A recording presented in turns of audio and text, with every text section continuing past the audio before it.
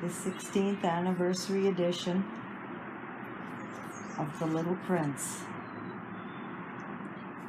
by Antoine de Sault Exupery. A beautiful, beautiful book.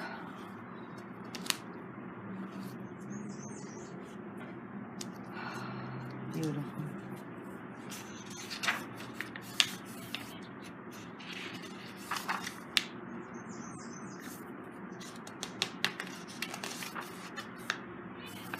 Little Prince, written and illustrated by Antoine de Sault Exupery.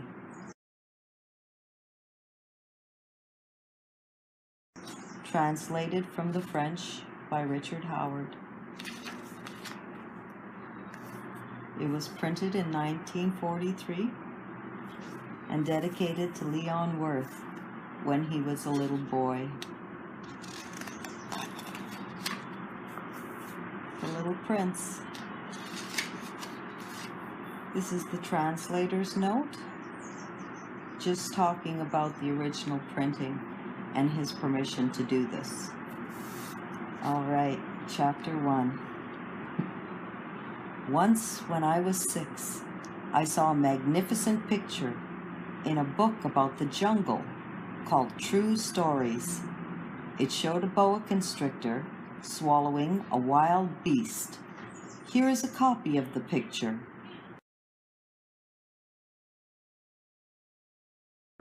In the book it said, boa constrictors swallow their prey whole without chewing. Afterward, they are no longer able to move, and they sleep during the 6 months of their digestion. In those days, I thought a lot about jungle adventures, and eventually managed to make my first drawing. Using a colored pencil, my drawing number 1 looked like this.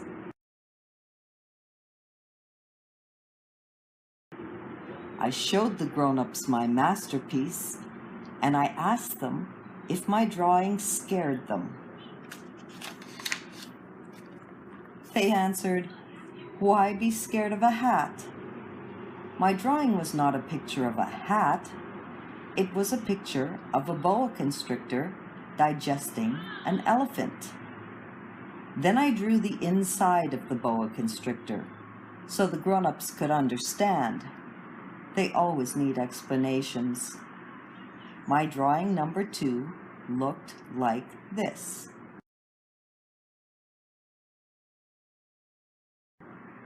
The grown-ups advised me to put away my drawings of boa constrictors outside or inside, and apply myself instead to geography, history, arithmetic, and grammar. That is why I abandoned, at the age of 6, a magnificent career as an artist. I had been discouraged by the failure of my drawing number 1 and of my drawing number 2. Grown-ups never understood anything by themselves, and it is exhausting for children to have to provide explanations over and over again. So then I had to choose another career, and I learned to pilot airplanes. I have flown almost everywhere in the world, and, as a matter of fact, geography has been a big help to me.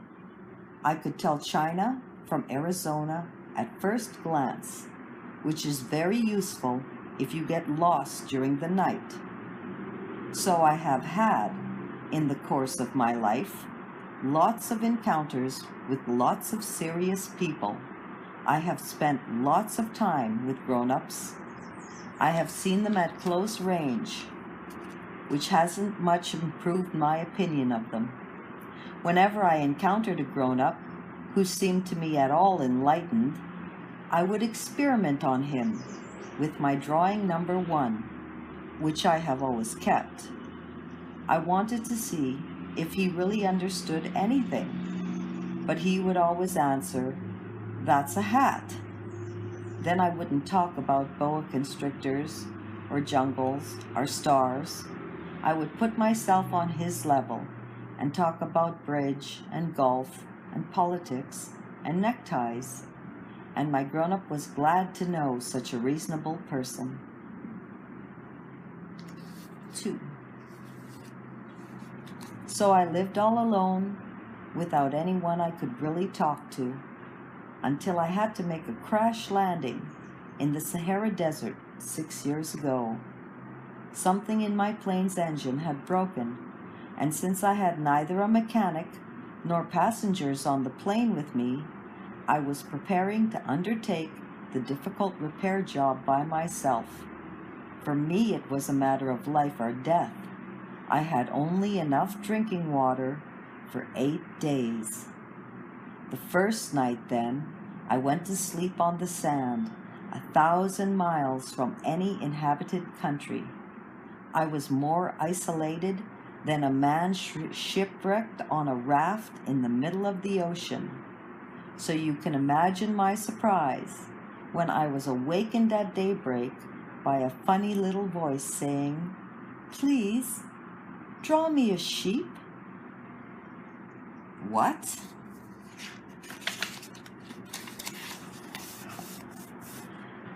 Draw me a sheep. I leapt up as if I had been struck by lightning. I rubbed my eyes hard. I stared, and I saw an extraordinary little fellow staring back at me very seriously. Here is the best portrait I managed to make of him later on. But of course, my drawing is much less attractive than my model. That is not my fault. My career as a painter was discouraged at the age of 6 by the grown-ups, and I had never learned to draw anything except boa constrictors outside and inside.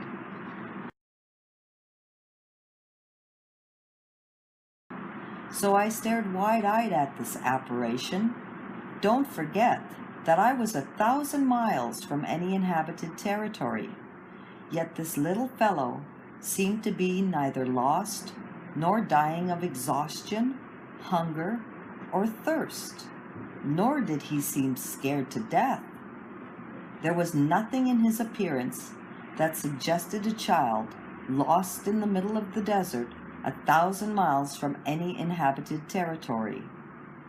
When I finally managed to speak, I asked him, "But what are you doing here?" And then he repeated, very slowly and very seriously, "Please, draw me a sheep." In the face of an overpowering mystery, you don't dare disobey. Absurd as it seemed, 1,000 miles from all inhabited regions and in danger of death, I took a scrap of paper and a pen out of my pocket. But then I remembered that I had mostly studied geography, history, arithmetic, and grammar, and I told the little fellow, rather crossly, that I didn't know how to draw. He replied, "That doesn't matter. Draw me a sheep." Since I had never drawn a sheep, I made him one of the only true drawings I know how to make, the one of the boa constrictor from the outside. And I was astounded to hear the little fellow answer, "No, no, I don't want an elephant inside a boa constrictor. A boa constrictor is very dangerous, and an elephant would get in the way. Where I live, everything is very small. I need a sheep. Draw me a sheep." So then I made a drawing. He looked at it carefully and then said, "No, this one is already quite sick. Make another."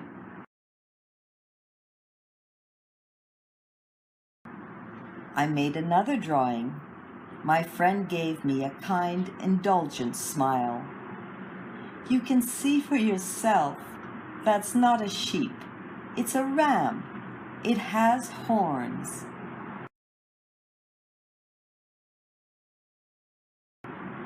So I made my third drawing, but it was rejected like the other.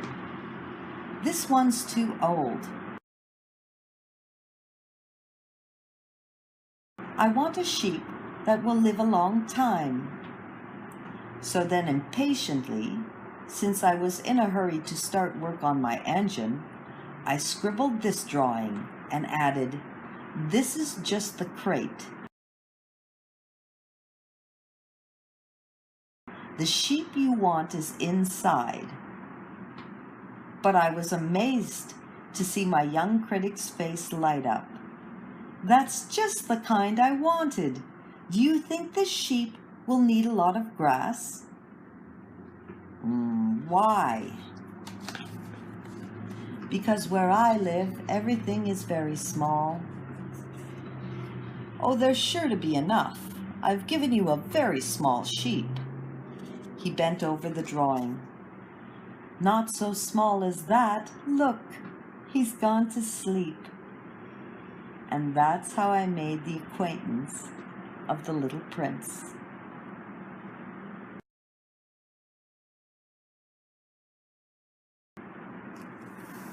Three. It took me a long time to understand where he came from. The little prince who asked me so many questions never seemed to hear the ones I asked. It was things he said quite at random that bit by bit explained everything. For instance, when he first caught sight of my airplane, I won't draw my airplane, that would be much too complicated for me. He asked, "What's that thing over there?" "It's not a thing. It flies. It's an airplane. My airplane." And I was proud to tell him I could fly. Then he exclaimed, "What? You fell out of the sky?" "Yes," I said modestly. "Oh, that's funny." And the little prince broke into a lovely peal of laughter, which annoyed me a good deal. I like my misfortunes to be taken seriously. Then he added, "So you fell out of the sky too. What planet are you from?"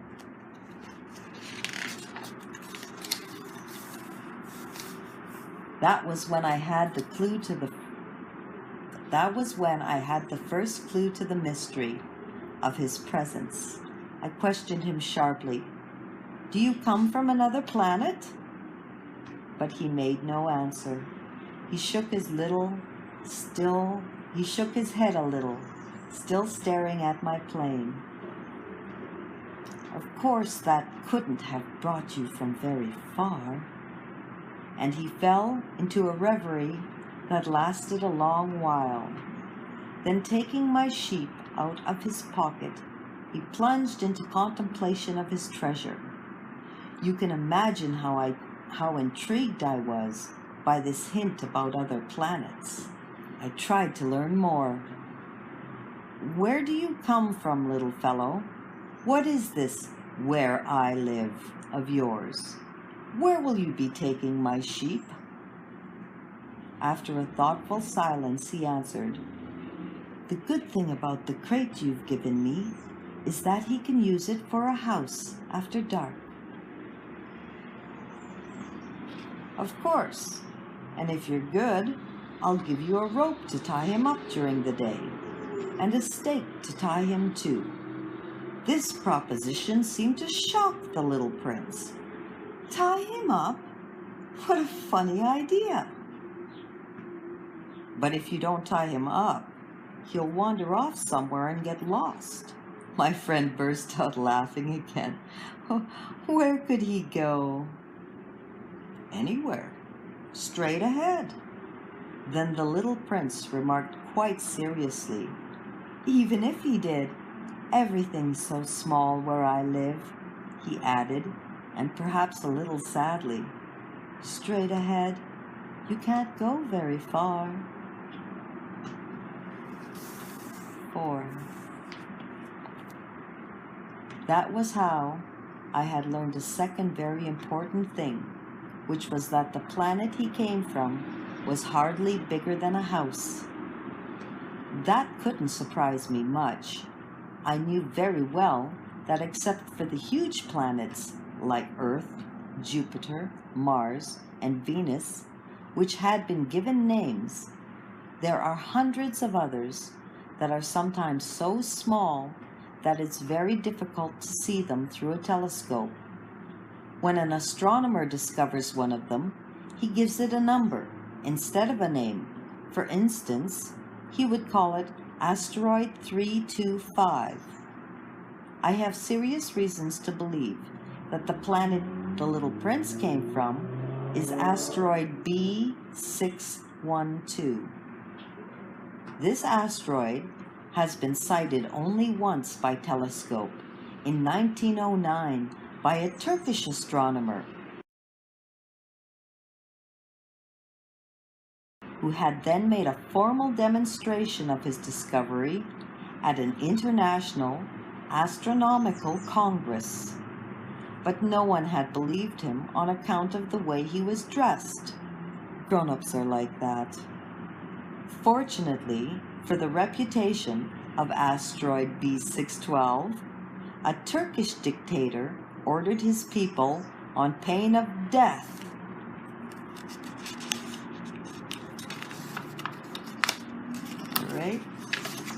to wear European clothes.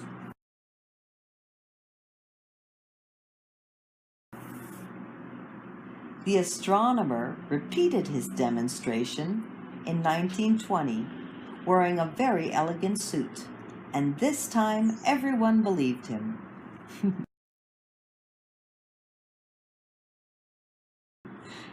If I've told you these details about asteroid B612, and if I've given you its number, it is on account of the grown-ups. Grown-ups like numbers. When you tell them about a new friend, they never ask questions about what really matters. They never ask, what does his voice sound like? What game does he like best? Does he collect butterflies? They ask, how old is he? How many brothers does he have? How much does he weigh? How much money does his father make? Only then do they think they know him. If you tell grown-ups, I saw a beautiful red brick house with geraniums at the windows and doves on the roofs, they won't be able to imagine such a house. You have to tell them, I saw a house worth 100,000 francs. Then they exclaim, what a pretty house.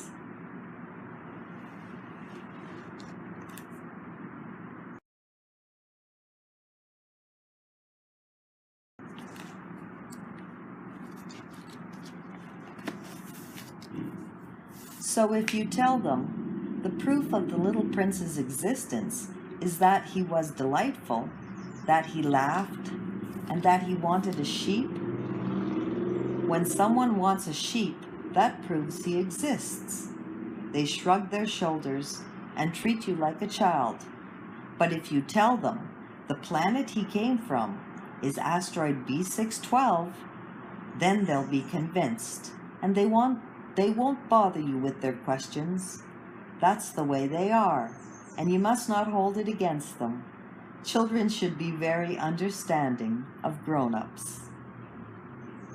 But of course, those of us who understand life couldn't care less about numbers. I should have liked to begin this story like a fairy tale. I should have liked to say, once upon a time there was a little prince who lived on a planet hardly any bigger than he was, and who needed a friend. For those who understand life, that would sound much truer. The fact is, I don't want my book to be taken lightly. Telling these memories is so painful for me. It's already been 6 years since my friend went away, taking his sheep with him. If I try to describe him here, it's so I won't forget him. It's sad to forget a friend. Not everyone has had a friend, and I might become like the grown-ups who are no longer interested in anything but numbers, which is still another reason why I've bought a box of paints and some pencils. It's hard to go back to drawing at my age, when you've never made any attempts since the one of a boa from the inside and the one of a boa from the outside at the age of 6. I'll certainly try to make my portraits as true to life as possible, but I'm not entirely sure of succeeding. One drawing works, and the next no longer bears any resemblance, and I'm a little off on his height too. In this one, the little prince is too tall, and here he's too short, and I'm uncertain about the color of his suit. So I grope in one direction and another as best I can. In the end, I'm sure to get certain more important details all wrong, but here you'll have to forgive me. My friend never explained anything. Perhaps he thought I was like himself, but I, unfortunately, cannot see a sheep through the sides of a crate. I may be a little like the grown-ups. I must have grown old. 5. Every day I'd learn something about the little prince's planet, about his departure, about his journey. It would come quite gradually, in the course of his remarks. This is how I learned on the 3rd day about the drama of the baobabs. This time, too, I had the sheep to thank, for suddenly the little prince asked me a question, as if overcome by a grave doubt. "Isn't it true that sheep eat bushes?" "Yes, that's right." "Ah, I'm glad." I didn't understand why it was so important that sheep should eat bushes, but the little prince added, "And therefore they eat baobabs too." I pointed out to the little prince that baobabs are not bushes, but trees as tall as churches, and that even if he took a whole herd of elephants back to his planet, that herd couldn't finish off a single baobab. The idea of a herd of elephants made the little prince laugh. "We'd have to pile them on top of one another."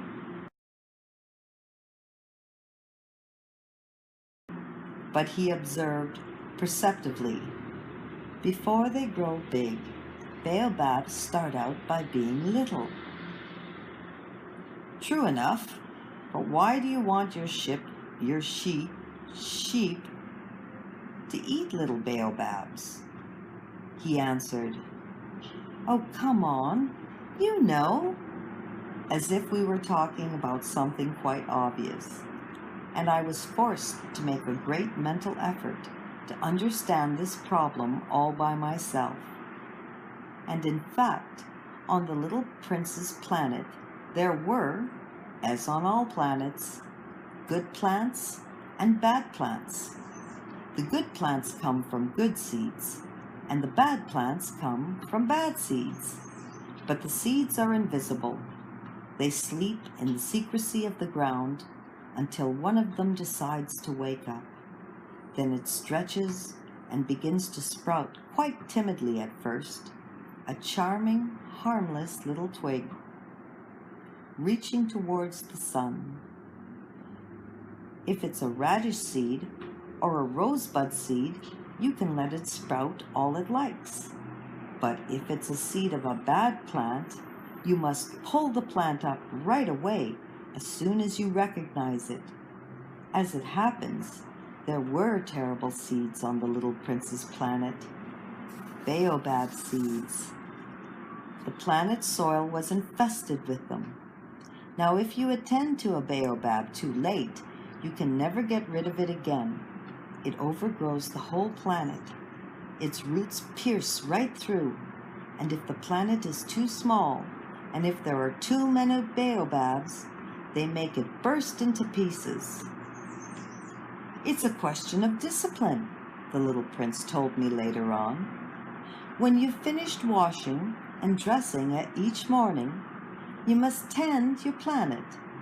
You must be sure you pull up the baobabs regularly, as soon as you can tell them apart from the rose bushes, which they closely resemble when they're very young. It's very tedious work, but very easy.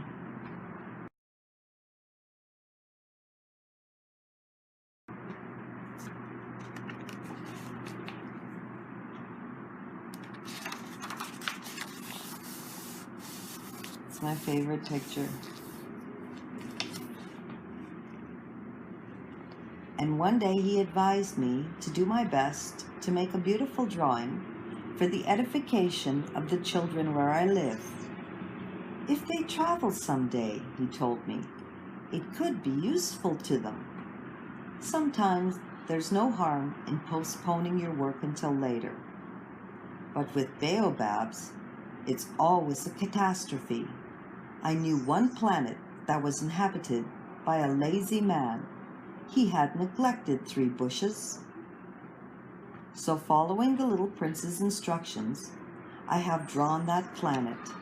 I don't much like assuming the tone of a moralist, but the danger of baobabs is so little recognized, and the risks run by anyone who might get lost on an asteroid are so considerable that for once I am making an exception to my habitual reserve. I say, children, watch out for baobabs. It's to warn my friends of a danger of which they, like them myself, have long been unaware that I worked so hard on this drawing. The lesson I'm teaching is worth the trouble. You may be asking, why are there no other drawings in this book as big as the drawing of the baobabs? There's a simple answer. I tried, but I couldn't manage it. When I drew the baobabs, I was inspired by a sense of urgency. 6. Oh, little prince, gradually this is how I came to understand your sad little life. For a long time, your only entertainment was the pleasure of sunsets. I learned this new detail on the morning of the 4th day, when you told me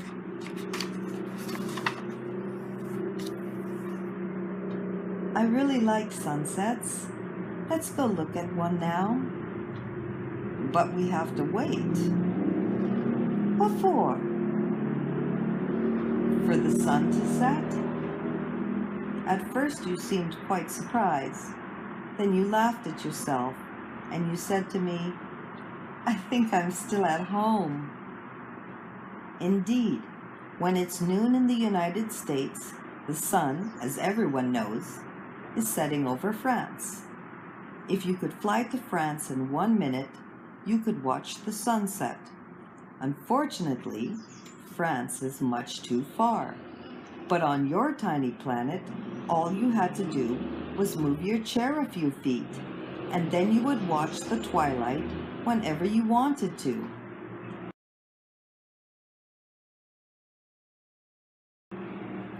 One day, I saw the sun set 44 times. And a little later he added, you know, when you're feeling very sad, sunsets are wonderful. On the day of the 44 times, were you feeling very sad? But the little prince didn't answer. 7. On the 5th day, thanks again to the sheep, another secret of the little prince's life was revealed to me. Abruptly, with no preamble, he asked me, as if it were the fruit of a problem long pondered in silence, if a sheep eats bushes, does it eat flowers too? A sheep eats whatever it finds, even flowers that have thorns. Yes, even flowers that have thorns. Then what good are thorns? I didn't know. At that moment, I was very busy trying to unscrew a bolt that was jammed in my engine. I was quite worried, for my plane crash was beginning to seem extremely serious, and the lack of drinking water made me fear the worst. "What good are thorns?" The little prince never let go of a question once he had asked it. I was annoyed by my jammed bolt, and I answered without thinking. "Thorns are no good for anything. They're just the flower's way of being mean." "Oh!" But after a silence, he lashed out at me with a sort of bitterness. "I don't believe you. Flowers are weak. They're naive. They reassure themselves whatever way they can. They believe their thorns make them frightening." I made no answer. At that moment I was thinking, if this bolt stays jammed, I'll knock it off with the hammer. Again the little prince disturbed my reflections. "Then you think flowers—" "No, not at all. I don't think anything. I just said whatever came to my head. I'm busy here with something serious." He stared at me, astounded. "Something serious?" He saw me holding my hammer, my fingers black with grease, bending over an object he regarded as very ugly. "You talk like the grown-ups." That made me a little ashamed, but he added mercilessly, "You confuse everything. You've got it all mixed up." He was really very annoyed. He tossed his golden curls in the wind. "I know a planet inhabited by a red-faced gentleman. He's never smelt a flower. He's never looked at a star. He's never loved anyone. He's never done anything except add numbers. And all day long he says over and over, just like you, 'I'm a serious man. I'm a serious man.' And that puffs him up with pride. But he's not a man at all. He's a mushroom." "He's a what?" "A mushroom." The little prince was now quite pale with rage. "For millions of years flowers have been producing thorns. For millions of years sheep have been eating them all the same. And it's not serious, trying to understand why flowers go to such trouble to produce thorns that are good for nothing. It's not important, the war between the sheep and the flowers. It's no more serious and more important than the numbers that fat red gentleman is adding up. Sometimes I happen to know, or suppose I happen to know, a unique flower, one that exists nowhere in the world except on my planet, one that a little sheep can wipe out in a single bite one morning, just like that, without even realizing what he's doing. That isn't important?" His face turned red now, and he went on. "If someone loves a flower, of which just one example exists among all the millions and millions of stars, that's enough to make him happy when he looks at the stars. He tells himself, 'My flower's up there somewhere.' But if the sheep eats the flower, then for him it's as if suddenly all the stars went out. And that isn't important." He couldn't say another word. All of a sudden, he burst into sobbing. Night had fallen. I dropped my tools. What did I care about my hammer, about my bolt, about thirst and death? There was, on one star, on one planet, one on mine, the earth, a little prince to be consoled. I took him in my arms. I rocked him. I told him, "The flower you love is not in danger. I'll draw you a muzzle for your sheep. I'll draw you a fence for your flower." I didn't know what to say. How clumsy I felt. I didn't know how to reach him, where to find him. It's so mysterious, the land of tears.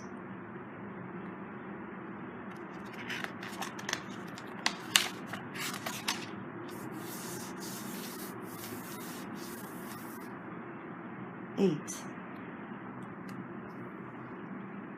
I soon learned to know the flower better. On the little prince's planet, there had always been very simple flowers, decorated with a single row of petals, so that they took up no room at all and got in no one's way.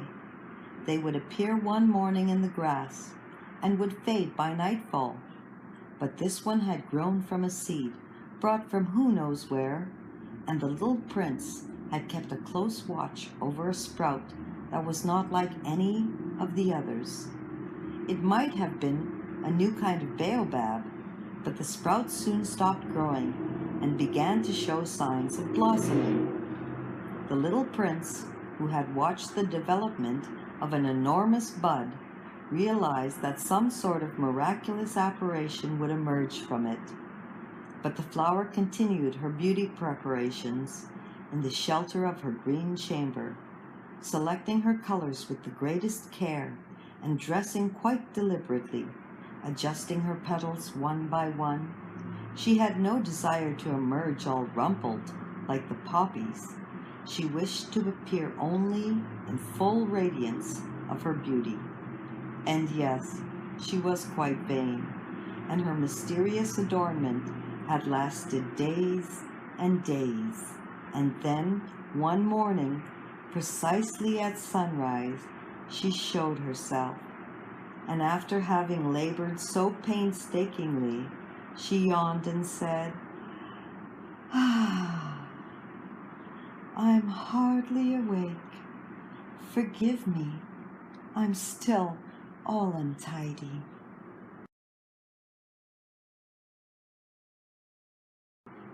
But the little prince couldn't contain his admiration. "How lovely you are!" "Aren't I?" the flower answered sweetly. "And I was born the same time as the sun." The little prince realized that she wasn't any too modest, but she was so dazzling. "I believe it's breakfast time," she had soon added. "Would you be so kind as to tend to me?" And the little prince, utterly abashed, had gone to look for a watering can, served the flower.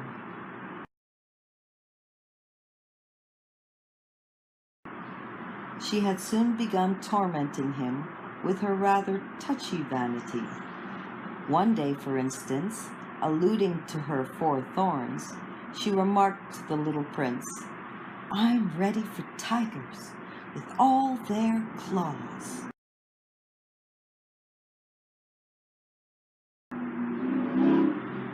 "There are no tigers on my planet," the little prince had objected. "And besides, tigers don't eat weeds." "I'm not a weed," the flower sweetly replied. "Forgive me." "I'm not at all afraid of tigers, but I have a horror of drafts. You wouldn't happen to have a screen?" "A horror of drafts? That's not a good sign for a plant," the little prince had observed. "How complicated this flower is."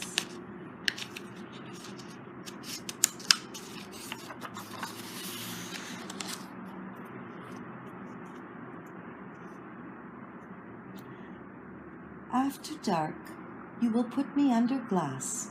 How cold it is where you live. Quite uncomfortable. Where I come from..." But she suddenly broke off. She had come here as a seed.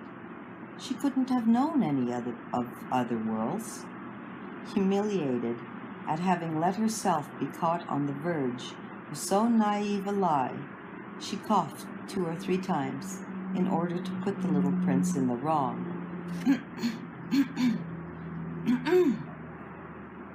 "That screen?"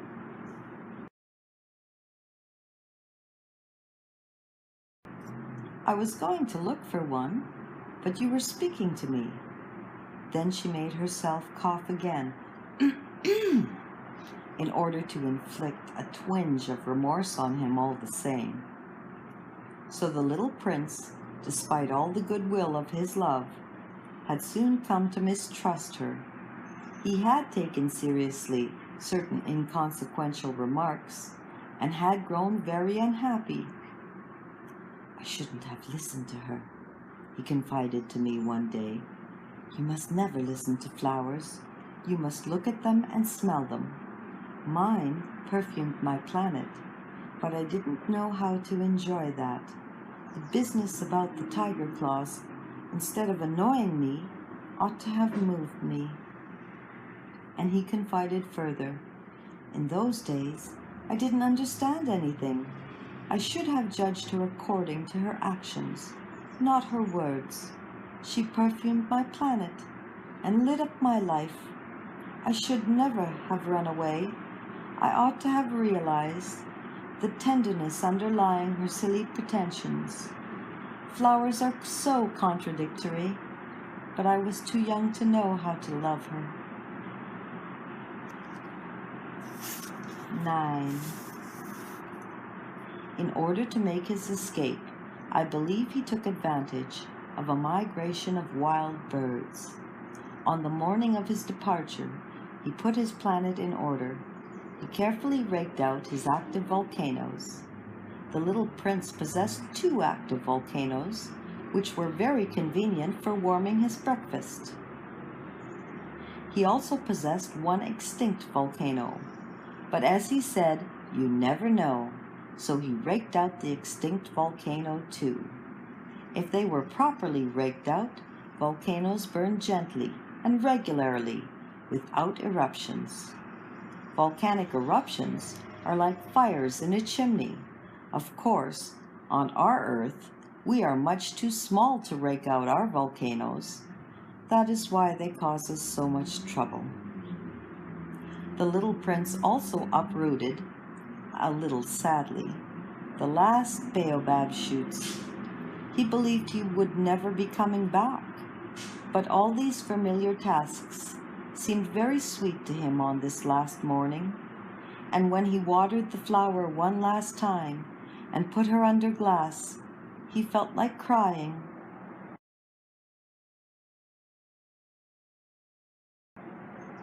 "Goodbye," he said to the flower, but she did not answer him. "Goodbye," he repeated. The flower coughed, but not because she had a cold.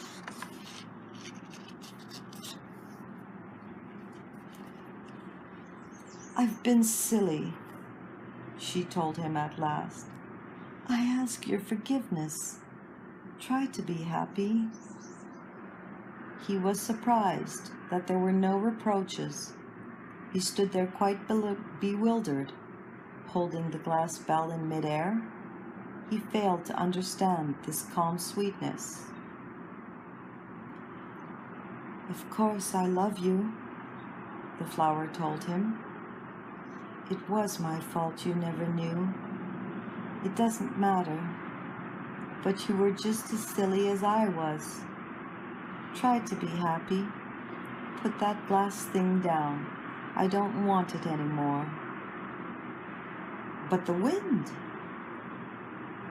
"My cold isn't that bad. The night air will do me good. I'm a flower." "But the animals?" "I need to put up with 2 or 3 caterpillars if I want to get to know the butterflies. Apparently they're very beautiful. Otherwise, who will visit me? You'll be far away. As for the big animals, I'm not afraid of them. I have my own claws." And she naively showed her 4 thorns. Then she added, "Don't hang around like this, it's irritating. You made up your mind to leave, now go." For she didn't want him to see her crying. She was such a proud flower.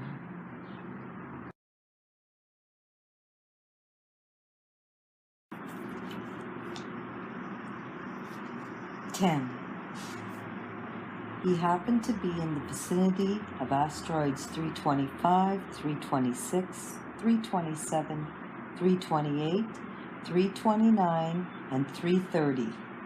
So he began by visiting them to keep himself busy and to learn something.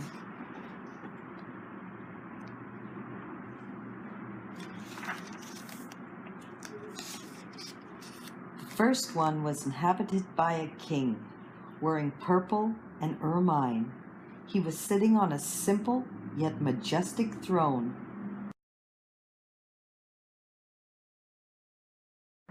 "Ah, here's a subject," the king explained when he caught sight of the little prince. And the little prince wondered, how can he know who I am if he's never seen me before? He didn't realize that for kings, the world is extremely simplified. All men are subjects. "Approach the throne so I can get a better look at you," said the king, very proud of being a king for someone at last. The little prince looked around for a place to sit down, but the planet was covered by the magnificent ermine cloak. So he remained standing, and since he was tired, he yawned. "It is a violation of etiquette to yawn in a king's presence," the monarch told him. "I forbid you to do so." "I can't help it," answered the little prince, quite embarrassed. "I've made a long journey, and I haven't had any sleep." "Then I command you to yawn," said the king. "I haven't seen anyone yawn for years. For me, yawns are a curiosity. Come on, yawn again. It is an order." "That intimidates me. I can't do it now," said the little prince, blushing deeply. "Well, well," the king replied, "then I command you to yawn sometimes, and sometimes to..." He was sputtering a little and seemed annoyed, for the king insisted that his authority be universally respected. He would tolerate no disobedience, being an absolute monarch, but since he was a kindly man, all his commands were reasonable. "If I were to command," he would often say, "if I were to command a general to turn into a seagull, and if the general did not obey, that would not be the general's fault. It would be mine." "May I sit down?" the little prince timidly inquired. "I command you to sit down," the king replied, majestically gathering up the fold of his ermine robe. But the little prince was wondering. The planet was tiny. Over what could the king really reign? "Sire," he ventured, "excuse me for asking." "I command you to ask," the king hastened to say.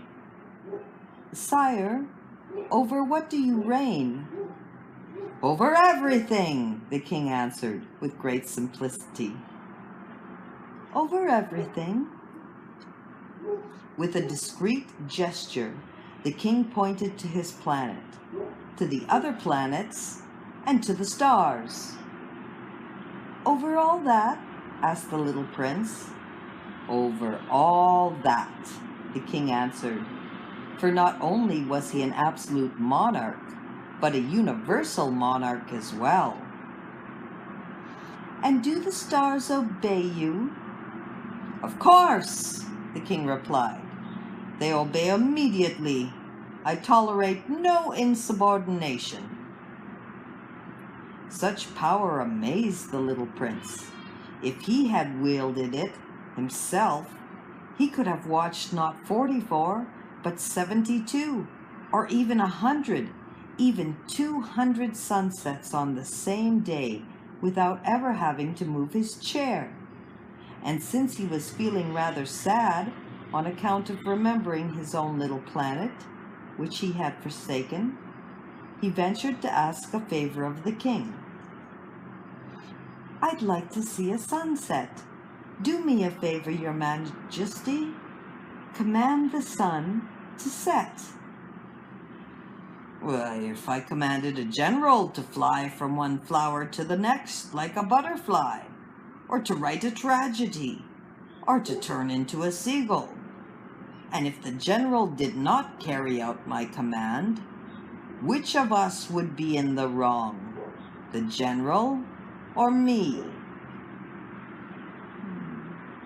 You would be, said the little prince quite firmly.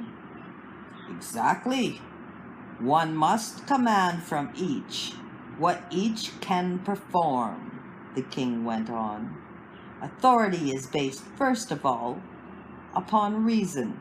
If you command your subjects to jump in the ocean, there will be a revolution. I am entitled to command obedience because my orders are reasonable. Then my sunset?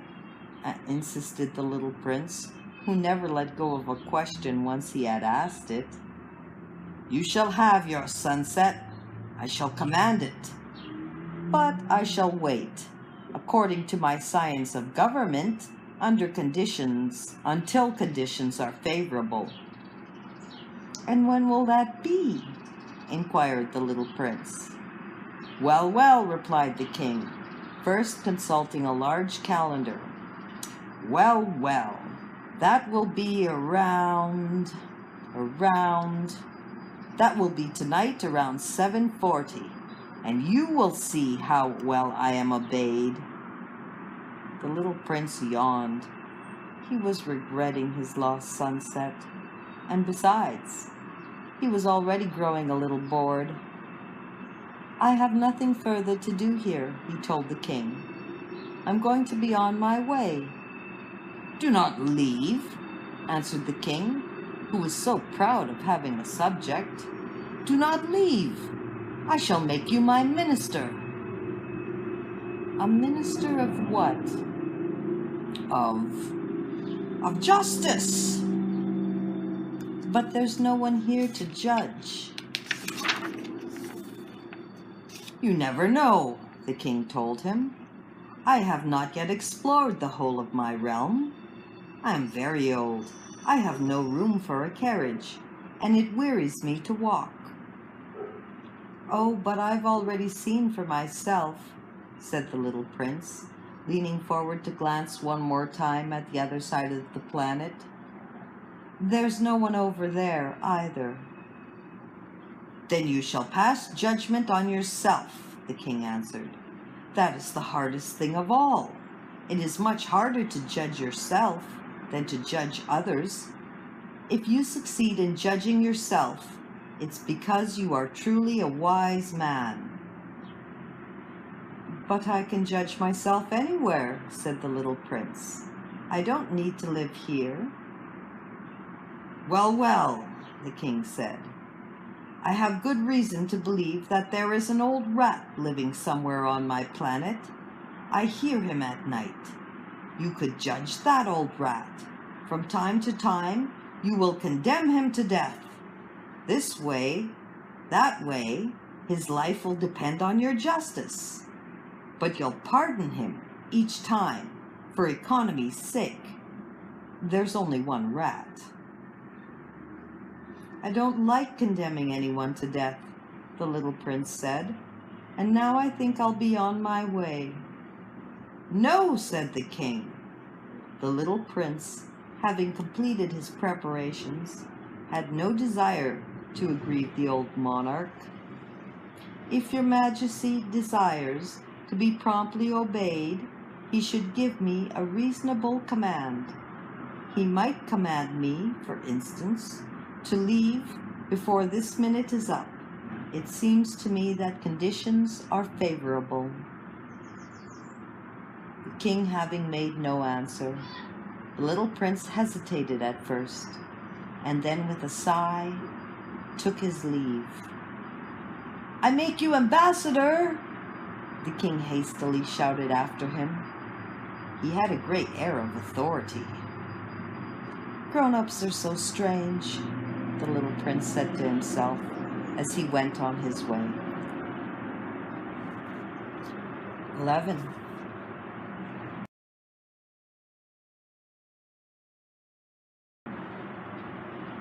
The second planet was inhabited by a very vain man. "Ah, a visit from an admirer," he exclaimed when he caught sight of the little prince, still at some distance. To vain men, other people are admirers. "Hello," said the little prince. "That's a funny hat you're wearing." "It's for my acclamations," the very vain man replied. "Unfortunately, no one ever comes this way." "Is that so?" said the little prince, who did not understand what the vain man was talking about. "Clap your hands," directed the man. The little prince clapped his hands, and the very vain man tipped his hat in modest acknowledgement.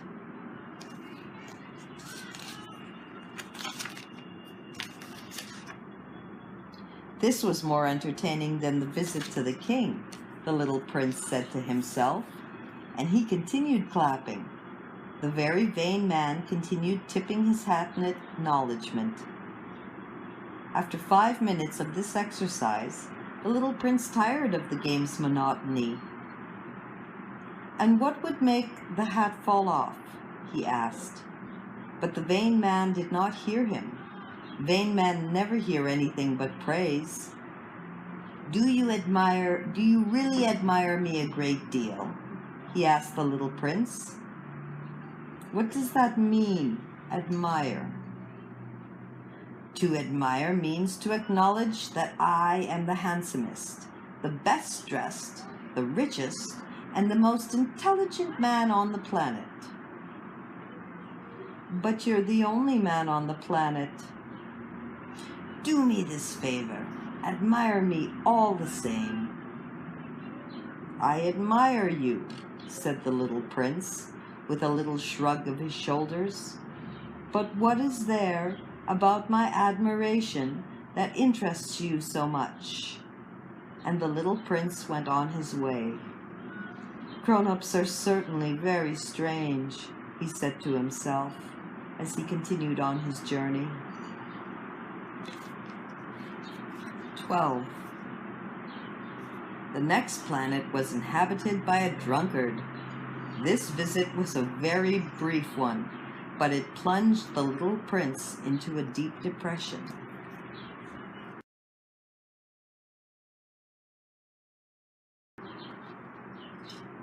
"What are you doing there?"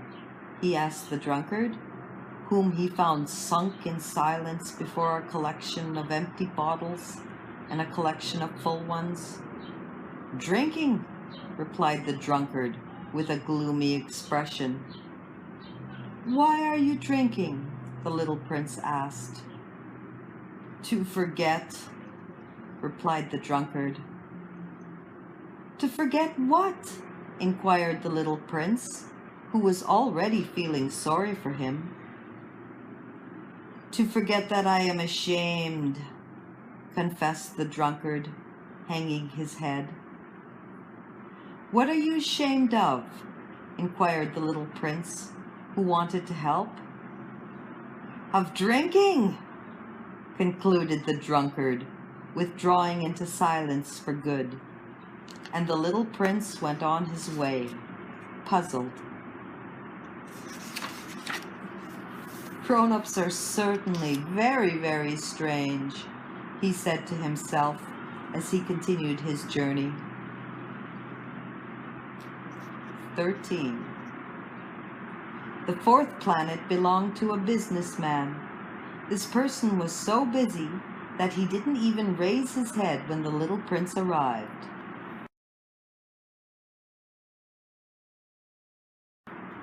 "Hello," said the little prince.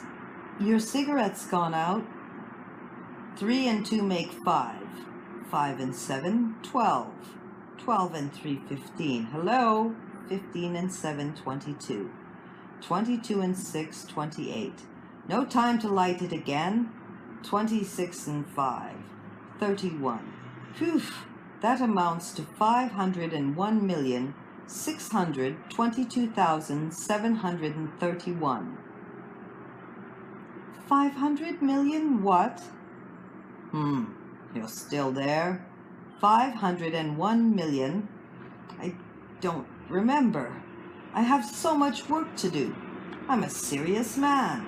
I can't be bothered with trifles. 2 and 5, 7. 501 million what? Repeated the little prince, who had never in his life let go of a question once he had asked it. The businessman raised his head. For the 54 years I've inhabited this planet, I've been interrupted only 3 times. The first time was 22 years ago, when I was interrupted by a beetle that had fallen onto my desk from God knows where. It made a terrible noise, and I made 4 mistakes in my calculations. The second time was 11 years ago, when I was interrupted by a fit of rheumatism. I didn't get enough exercise. I hadn't time to take strolls. I'm a serious person. The third time is right now. Where was I? 501 million. Million what? The businessman realized that he had no hope of being left in peace. Oh, of those little things you sometimes see in the sky. Flies? No, those little shiny things. Bees? No, those little golden things that make lazy people daydream. Now I am a serious person. I have no time for daydreaming. Oh, you mean the stars? Yes, that's it, stars. And what do you do with 500 million stars? 501,622,731. I'm a very serious person, and I'm accurate. And what do you do with those stars? What do I do with them? Yes. Nothing. I own them. You own the stars? Yes. But I've already seen a king who... Kings don't own. They reign over. It's quite different. And what good does owning the stars do you? It makes me the good of being rich. And what good does it do you to be rich? It lets me buy other stars, if somebody discovers them. The little prince said to himself, "This man argues a little like my drunkard." Nevertheless, he asked more questions. How can someone own the stars? To whom do they belong? Retorted the businessman grumpily. I don't know. To nobody. Then they belong to me, because I thought of it first. And that's all it takes? Of course. When you find a diamond that belongs to nobody in particular, then it's yours. When you find an island that belongs to nobody in particular, it's yours. When you're the first person to have an idea, to patent it, and it's yours. Now I own the stars, since no one before me ever thought of owning them. That's true enough, the little prince said. And what do you do with them? I manage them. I count them, and then count them again, the businessman said. It's difficult work, but I'm a serious person. The little prince was still not satisfied. If I own a scarf, I can tie it around my neck and take it away. If I own a flower, I can pick it and take it away. But you can't pick the stars. No, but I can put them in the bank. What does that mean? That means that I write the number of my stars on a slip of paper, and then I lock that slip of paper in a drawer. And that's all. That's enough. That's amusing, thought the little prince, and even poetic, but not very serious. The little prince had very different ideas about serious things from those of the grown-ups. I own a flower myself, he continued, which I water every day. I own 3 volcanoes, which I rake out every week. I even rake out the extinct one. You never know. So it's of some use to my volcanoes, and it's useful to my flower that I own them. But you are not useful to your stars. The businessman opened his mouth, but found nothing to say in reply, and the little prince went on his way. Grown-ups are certainly quite extraordinary, was all he said to himself as he continued on his journey. 14. The 5th planet was very strange. It was the smallest of all. There was just enough room for the street lamp and a lamplighter. The little prince couldn't quite understand what use a street lamp and a lamplighter could be up there in the sky, on a planet without any people and not a single house. However, he said to himself, it's quite possible that this man is absurd, but he's less absurd than the king, the very vain man, the businessman, and the drunkard. At least his work has some meaning. When he lights his lamp, it's as if he's bringing one more star to life, or one more flower. When he puts out his lamp, that sends the flower or the star to sleep, which is a fine occupation, and therefore truly useful. When the little prince reached this planet, he greeted the lamplighter respectfully. "Good morning. Why have you just put out your lamp?" "Orders," the lamplighter answered. "Good morning."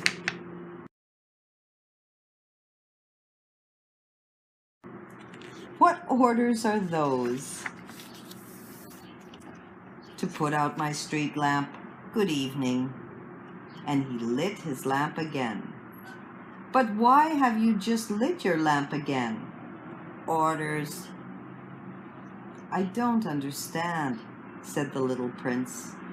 "There's nothing to understand," said the lamplighter. "Orders are orders. Good morning." And he put out his lamp. Then he wiped his forehead with a red checked handkerchief. "It's a terrible job I have. It used to be reasonable enough. I put the lamp out mornings and lit it after dark. I had the rest of the day for my own affairs and the rest of the night for sleeping." "And since then orders have changed?" "Orders haven't changed," the lamplighter said. "That's just the trouble. Year by year the planet is turning faster and faster, and orders haven't changed." Which means that now the planet revolves once a minute. I don't have an instant's rest. I light my lamp and turn it out once every minute. "That's funny. Your days here are 1 minute long." "It's not funny at all," the lamplighter said. "You and I have already been talking to each other for a month." "A month?" "Yes, 30 minutes, 30 days. Good evening." And he lit his lamp. The little prince watched him, growing fonder and fonder of this lamplighter, who was so faithful to orders. He remembered certain sunsets that he himself used to follow in other days, merely by shifting his chair. He wanted to help his friend. "You know, I can show you a way to take a rest whenever you want." "I always want to rest," the lamplighter said, "for it is possible to be faithful and lazy at the same time." The little prince continued, "Your planet is so small that you can walk around it in 3 strides. All you have to do is walk more slowly, and you'll always be in the sun. And when you want to take a rest, just walk, and the day will last as long as you want it to." "What good does that do me?" the lamplighter said, "when the one thing in life I want to do is sleep." "Then you're out of luck," said the prince. "I am," said the lamplighter. "Good morning," and he put out his lamp. "Now that man," the little prince said to himself as he continued on his journey, "that man would be despised by all the others, by the king, by the very vain man, by the drunkard, by the businessman. Yet he's the only one who doesn't strike me as ridiculous. Perhaps it's because he's thinking of something besides himself."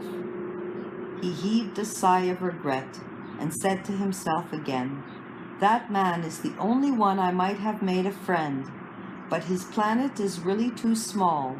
There's not room for two."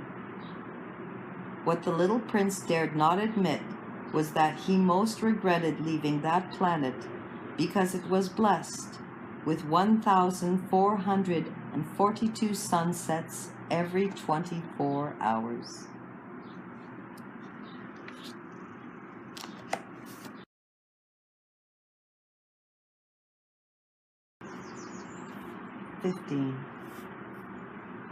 The sixth planet was 10 times bigger than the last.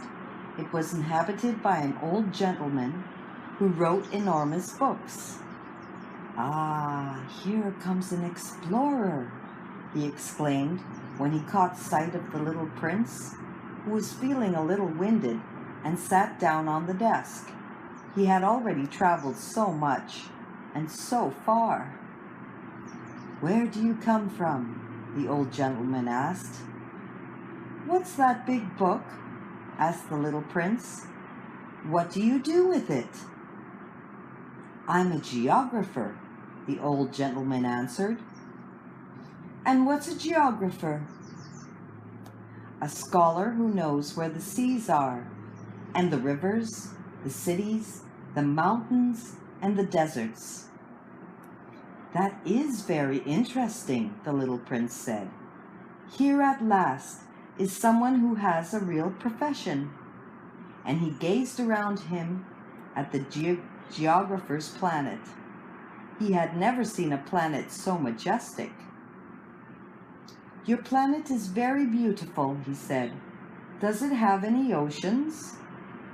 "I couldn't say," said the geographer. "Oh!"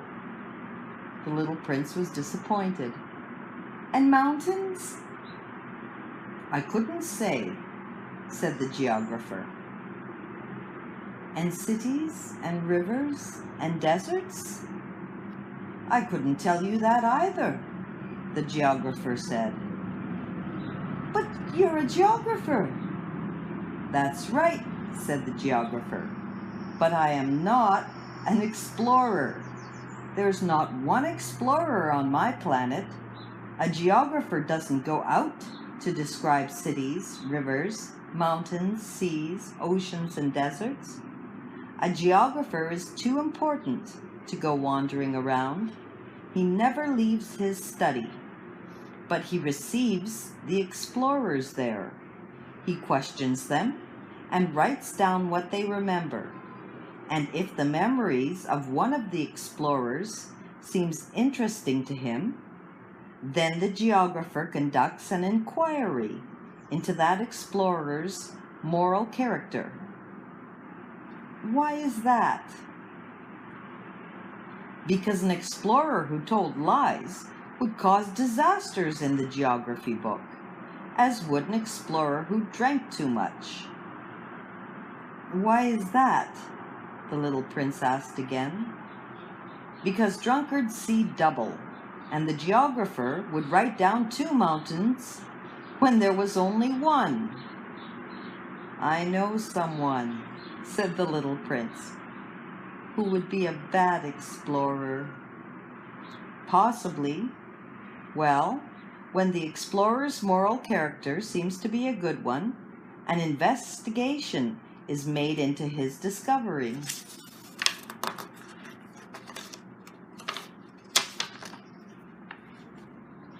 "By going to see it?"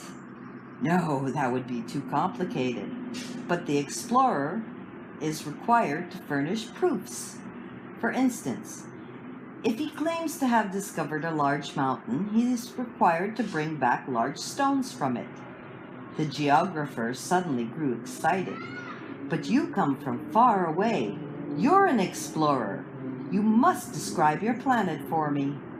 And the geographer, having opened his logbook, sharpened his pencil. Explorers' reports are first recorded in pencil. Ink is used only after proofs had been furnished.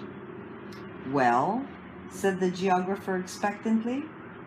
"Oh, where I live," said the little prince, "is not very interesting. It's so small. I have 3 volcanoes, 2 active and 1 extinct. But you never know."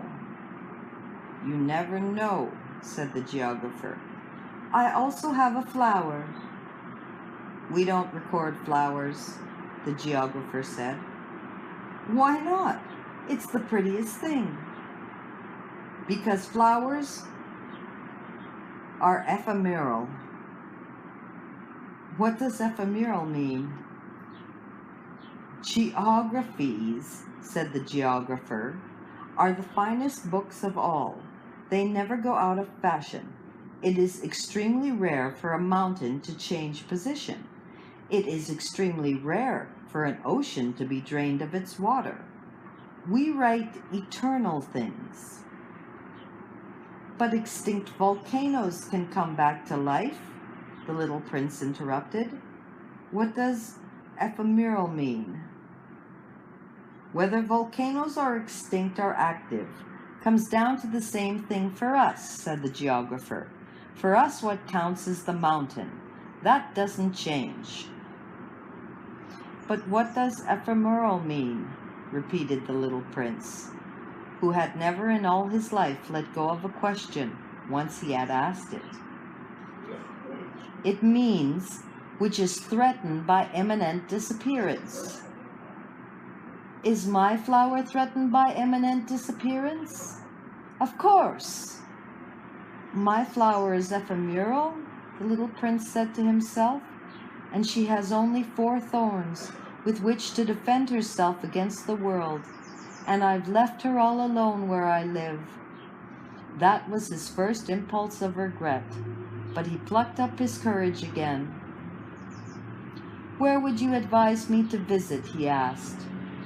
"The planet Earth," the geographer answered.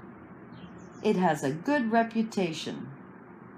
And the little prince went on his way, thinking about his flower.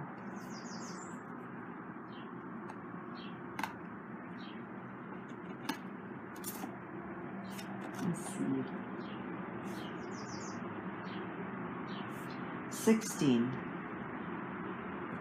The 7th planet then was the Earth. The Earth is not just another planet. It contains 111 kings, including, of course, the African kings, 7,000 geographers, 900,000 businessmen, 7.5 million drunkards, 311 million vain men, in other words, about 2 billion grown-ups. To give you a notion of the Earth's dimensions, I can tell you that before the invention of electricity, it was necessary to maintain, over the whole of 6 continents, a veritable army of 462,511 lamplighters.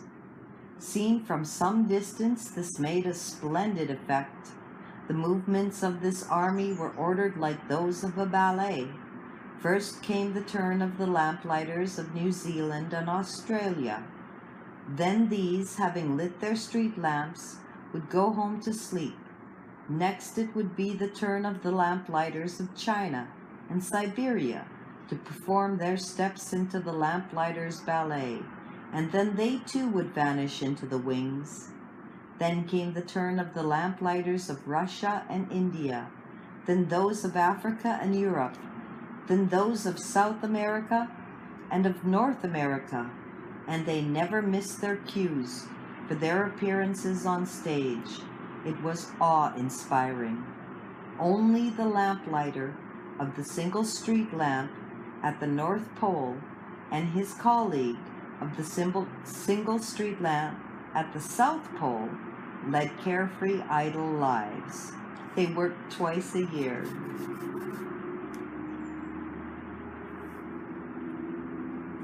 "17.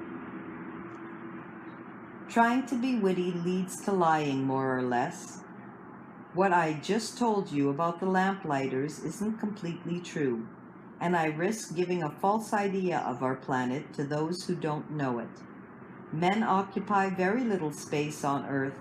If the 2 billion inhabitants of the globe were to stand close together, as they might for some big public event, they could easily fit into a city block that was 20 miles long and 20 miles wide. You could crowd all humanity into the smallest Pacific islet. Grown-ups, of course, won't believe you. They're convinced they take up much more room. They consider themselves as important as the baobabs. So you should advise them to make their own calculations. They love numbers, and they'll enjoy it. But don't waste your time on this extra task. It's unnecessary.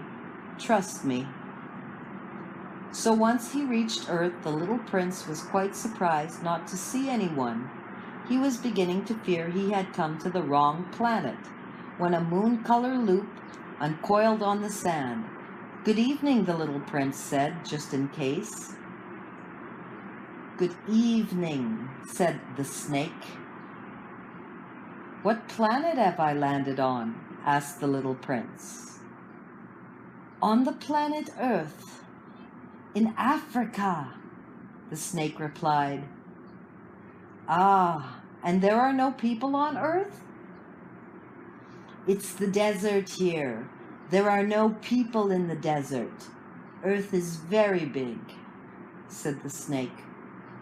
The little prince sat down on a rock and looked up into the sky. "I wonder," he said, "if the stars are lit up so that each of us can find his own someday. Look at my planet. It's just overhead, but so far away." "It's lovely," the snake said. "What have you come to Earth for?" "I'm having difficulties with a flower," the little prince said. "Ah," said the snake, and they both were silent.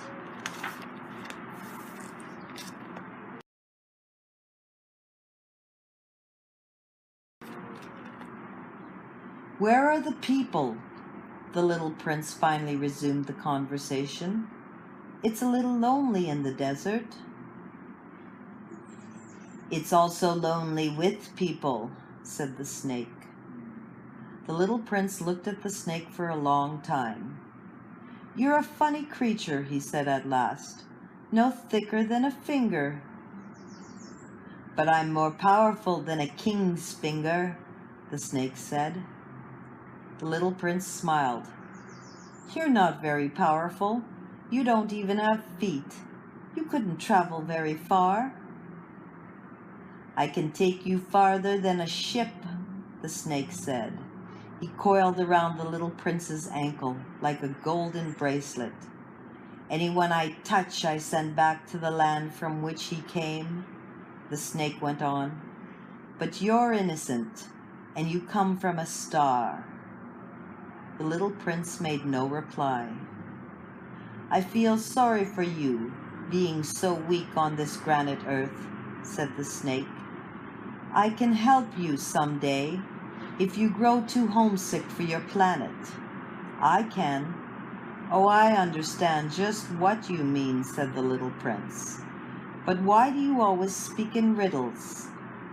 "I solve them all," said the snake, and they were both silent.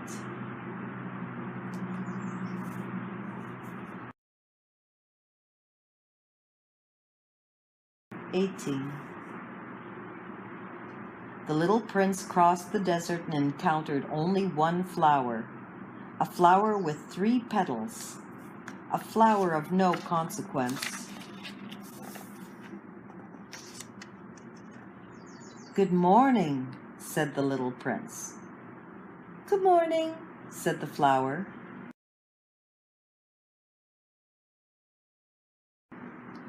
"Where are the people?" the little prince inquired politely.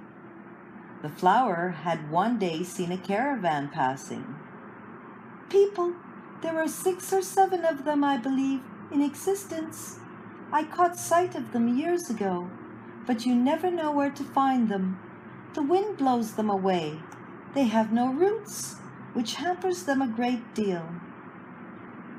"Goodbye," said the little prince. "Goodbye," said the flower.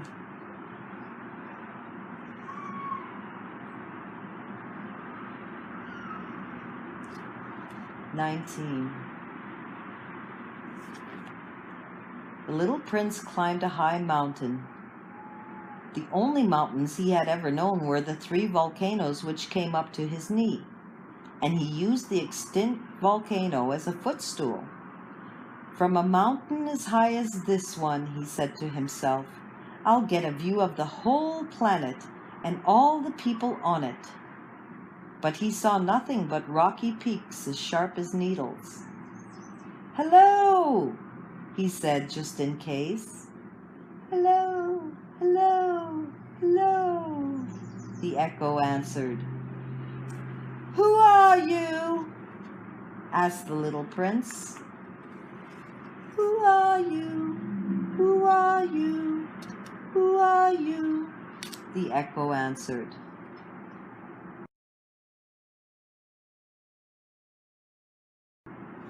"Let's be friends. I'm lonely," he said. "I'm lonely. I'm lonely. I'm lonely," the echo answered. "What a peculiar planet," he thought. "It's all dry and sharp and hard, and people here have no imagination. They repeat whatever you say to them. Where I live, I had a flower. She always spoke first."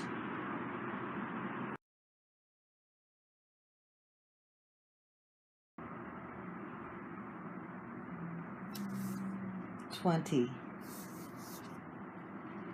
But it so happened that the little prince, having walked a long time through sand and rocks and snow, finally discovered a road, and all roads go to where there are people.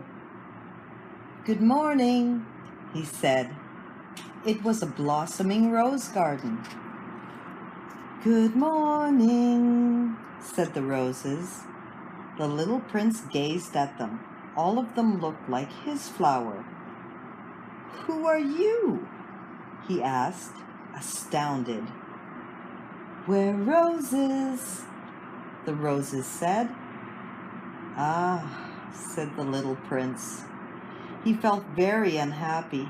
His flower had told him she was the only one of her kind in the whole universe, and here were 5,000 of them, all just alike, in just one garden.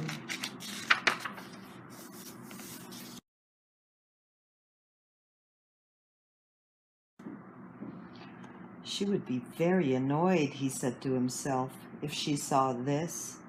She would cough terribly and pretend to be dying to avoid being laughed at, and I'd have to pretend to be nursing her. Otherwise, she'd really let herself die in order to humiliate me." And then he said to himself, "I thought I was rich because I had just one flower, and all I own is an ordinary rose, that and my 3 volcanoes, which come up to my knee, one of which may be permanently extinct. It doesn't make me much of a prince." And he lay down in the grass and wept.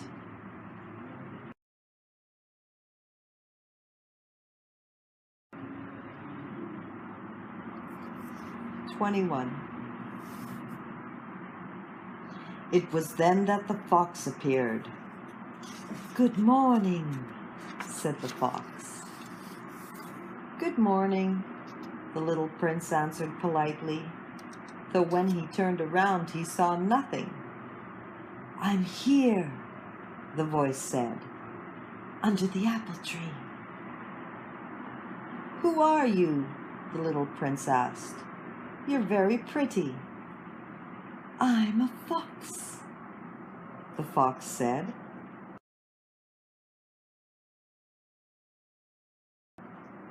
"Come and play with me," the little prince proposed. "I'm feeling so sad." "I can't play with you," the fox said. "I'm not tamed."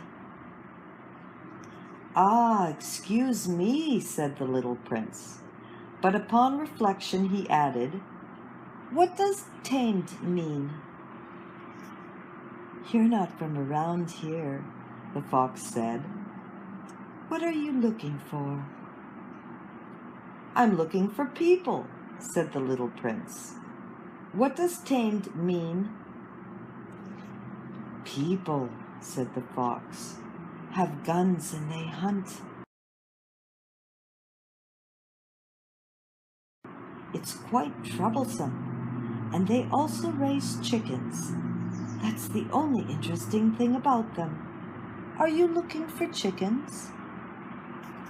"No," said the little prince. "I'm looking for friends." "What does tamed mean?" "It's something that's been too often neglected. It means to create ties." "To create ties?" "That's right," the fox said. "For me, you're only a little boy, just like 100,000 other little boys, and I have no need of you, and you have no need of me either. For you, I'm only a fox, like 100,000 other foxes. But if you tame me, we'll need each other. You'll be the only boy in the world for me, and I'll be the only fox in the world for you." "I'm beginning to understand," the little prince said. "There's a flower. I think she's tamed me." "Possibly," the fox said. "On Earth, one sees all kinds of things." "Oh, this isn't on Earth," the little prince said. The fox seemed quite intrigued. "On another planet?" "Yes." "Are there hunters on that planet?" "No." "Now that's interesting. And chickens?" "No."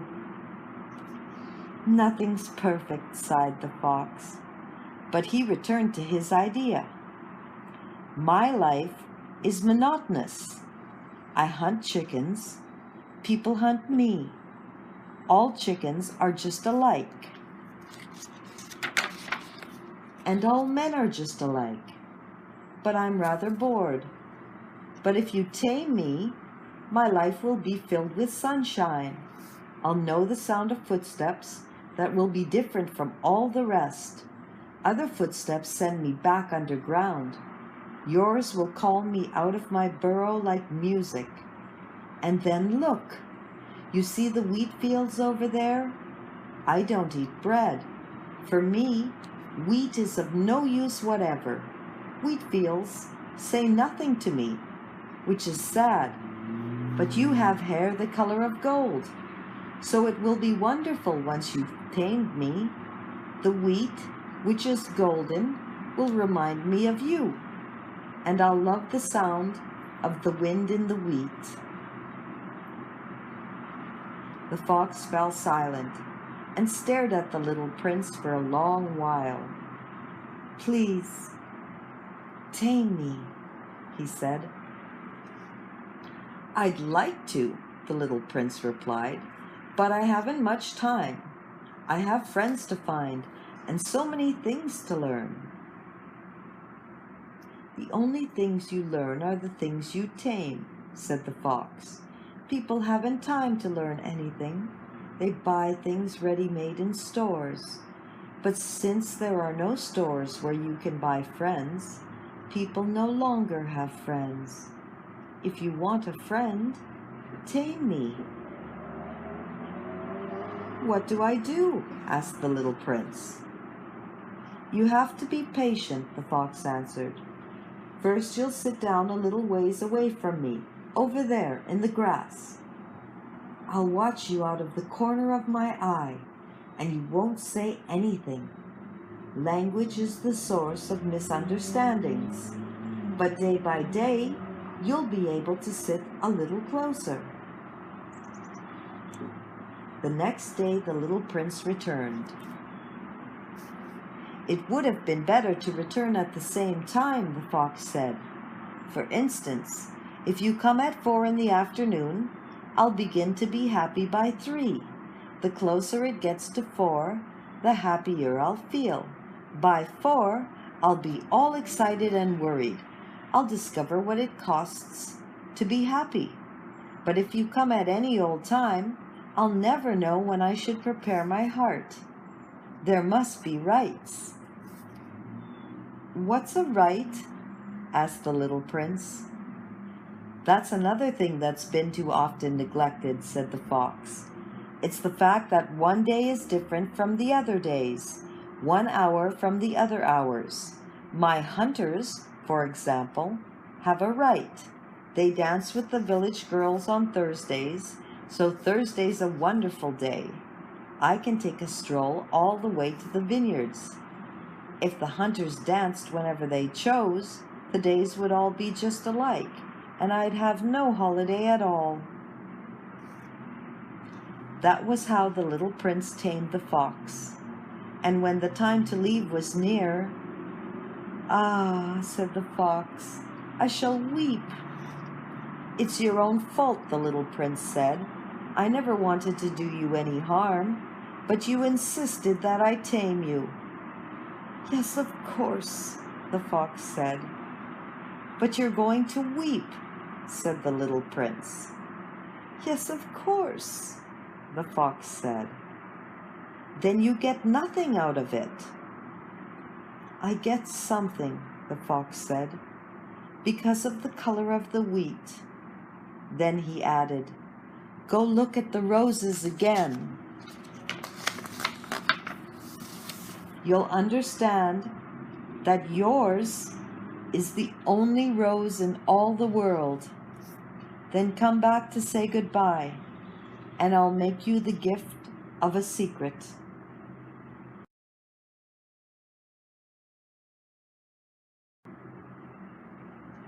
The little prince went to look at the roses again. "You're not at all like my rose. You're nothing at all yet," he told them. "No one has tamed you, and you haven't tamed anyone. You're the way my fox was. He was just a fox like 100,000 others, but I've made him my friend, and now he's the only fox in all the world." And the roses were humbled. "You're lovely, but you're empty," he went on. "One couldn't die for you. Of course, any ordinary passerby would think my rose looked just like you. But my rose, all on her own, is more important than all of you together, since she's the one I've watered, since she's the one I put under glass, since she's the one I sheltered behind a screen, since she's the one for whom I killed the caterpillars, except the 2 or 3 for butterflies, since she's the one I listened to when she complained, or when she boasted, or even sometimes when she said nothing at all, since she's my rose." And he went back to the fox. "Goodbye," he said. "Goodbye," said the fox. "Here is my secret. It's quite simple. One sees clearly, only with the heart. Anything essential is invisible to the eyes."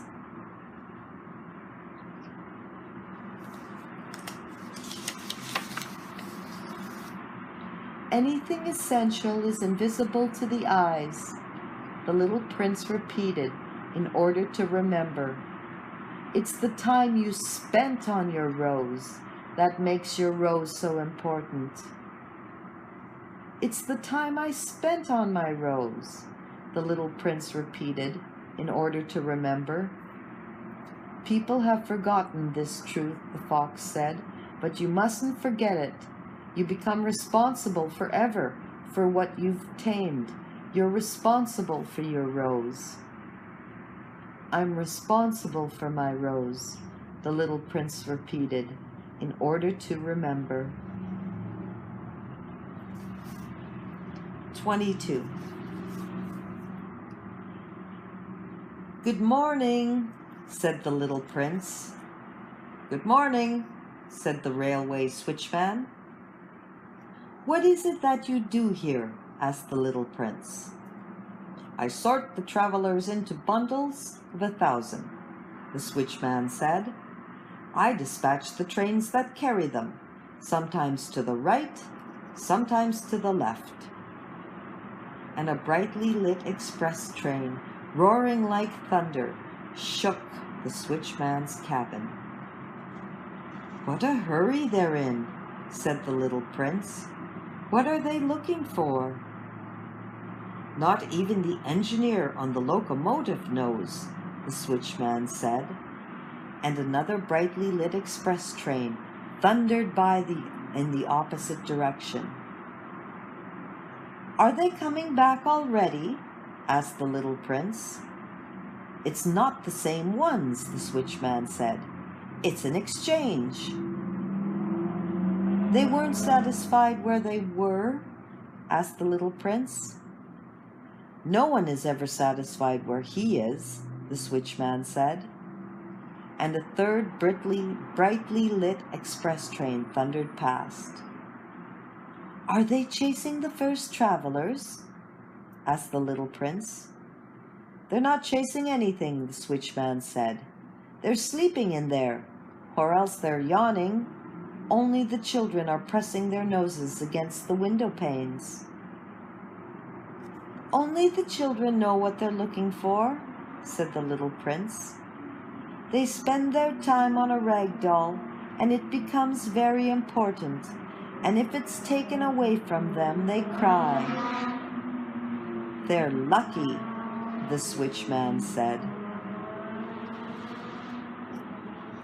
23.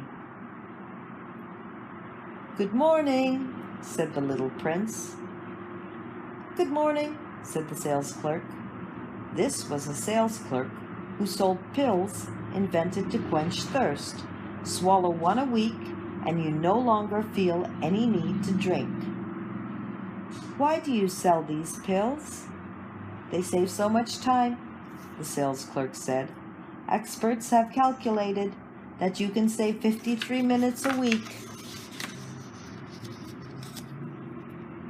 And what do you do with those 53 minutes? Whatever you like. If I had 53 minutes to spend as I liked, the little prince said to himself, I'd walk very slowly toward a water fountain.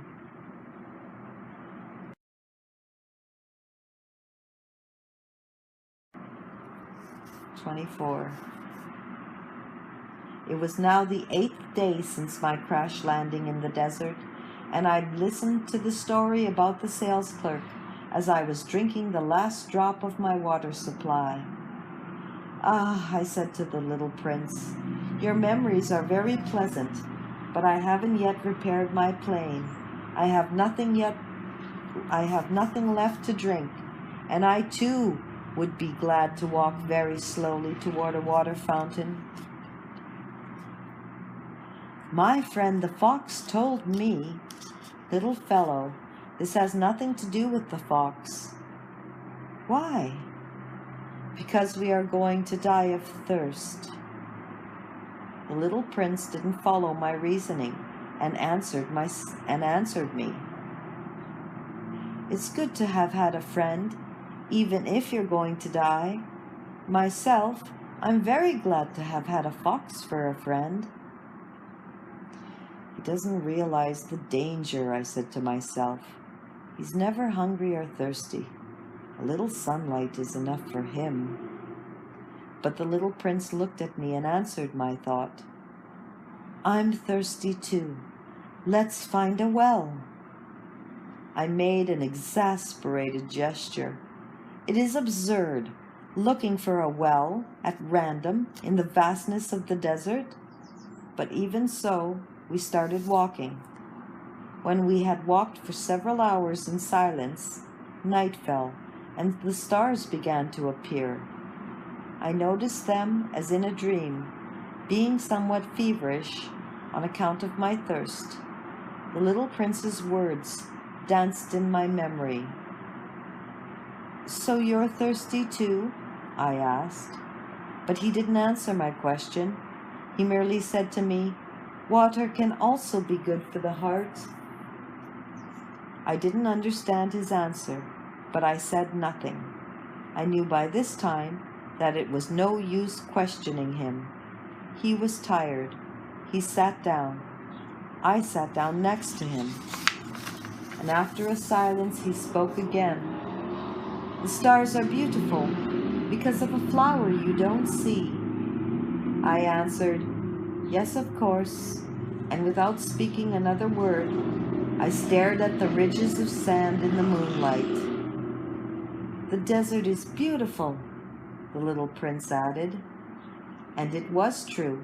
I've always loved the desert. You sit down on a sand dune. You see nothing, you hear nothing, and yet something shines.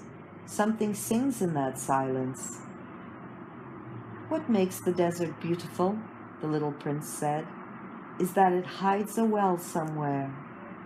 I was surprised by suddenly understanding that mysterious radiance of the sands.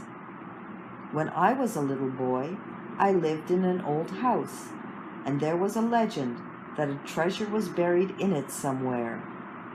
Of course, no one was ever able to find the treasure. Perhaps no one ever searched. But it cast a spell over that whole house. My house hid a secret in the depths of its heart. Yes, I said to the little prince, whether it's a house, or the stars, or the desert, what makes them beautiful is invisible. I'm glad, he said, you agree with my fox. As the little prince was falling asleep, I picked him up in my arms and started walking again. I was moved. It was as if I was carrying a fragile treasure. It actually seemed to me there was nothing more fragile on earth. By the light of the moon, I gazed at that pale forehead, those closed eyes, those locks of hair trembling in the wind, and I said to myself, what I'm looking at is only a shell. What's most important is invisible.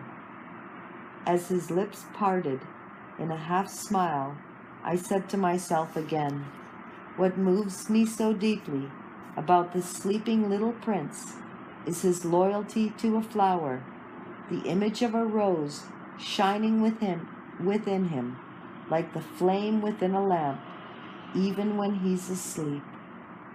And I realized he was even more fragile than I had thought. Lamps must be protected. A gust of wind can blow them out. And walking on like that, I found the well at daybreak. 25. The little prince said, people start out in express trains, but they no longer know what they're looking for. Then they get all excited and rush around in circles. And he added, it's not worth the trouble.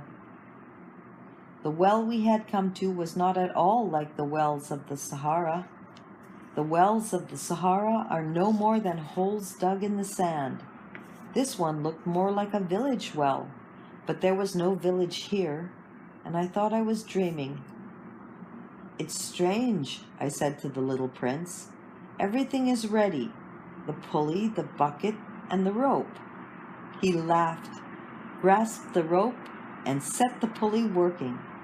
And the pulley groaned the way an old weather vane groans when the wind has been asleep a long time. Hear that, said the little prince. We've awakened this well, and it's singing. I didn't want him to tire himself out. Let me do that, I said to him. It's too heavy for you.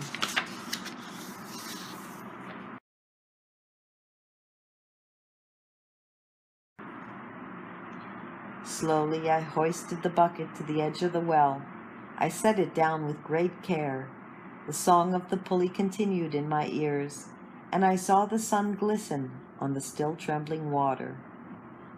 I'm thirsty for that water, said the little prince. Let me drink some. And I understood what he'd been looking for. I raised the bucket to his lips. He drank, eyes closed. It was as sweet as a feast. That water was more than merely a drink. It was born of our walk beneath the stars, of the song of the pulley, of the effort of my arms. It did the heart good, like a present.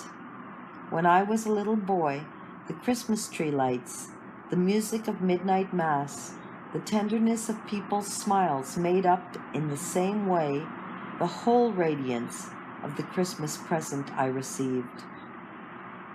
People where you live, the little prince said, grow 5,000 roses in one garden, yet you don't find what they're looking for.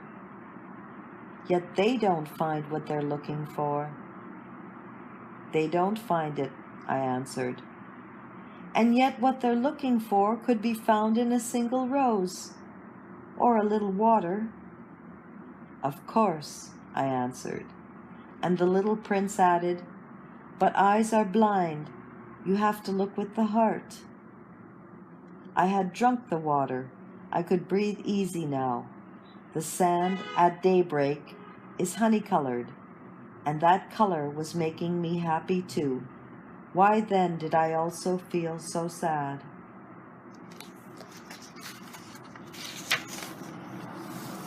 You must keep your promise, said the little prince, sitting up again beside me.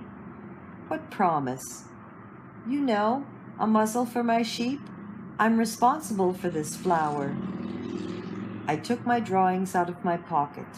The little prince glanced at them and laughed as he said, your baobabs look more like cabbages.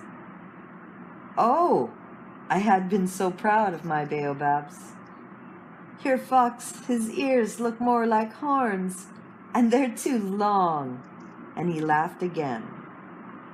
You're being unfair, my little prince, I said. I never knew how to draw anything but boas from the inside and boas from the outside. Oh, that'll be all right, he said. Children understand. So then I drew a muzzle, and with a heavy heart, I handed it to him. You've made plans I don't know about. But he didn't answer. He said, you know my fall to earth? Tomorrow will be the first anniversary. Then after a silence, he continued, I landed very near here. And he blushed. And once again, without understanding why, I felt a strange grief. However, a question occurred to me. Then it wasn't by accident that on the morning I met you, 8 days ago, you were walking that way all alone, 1,000 miles from any inhabited region?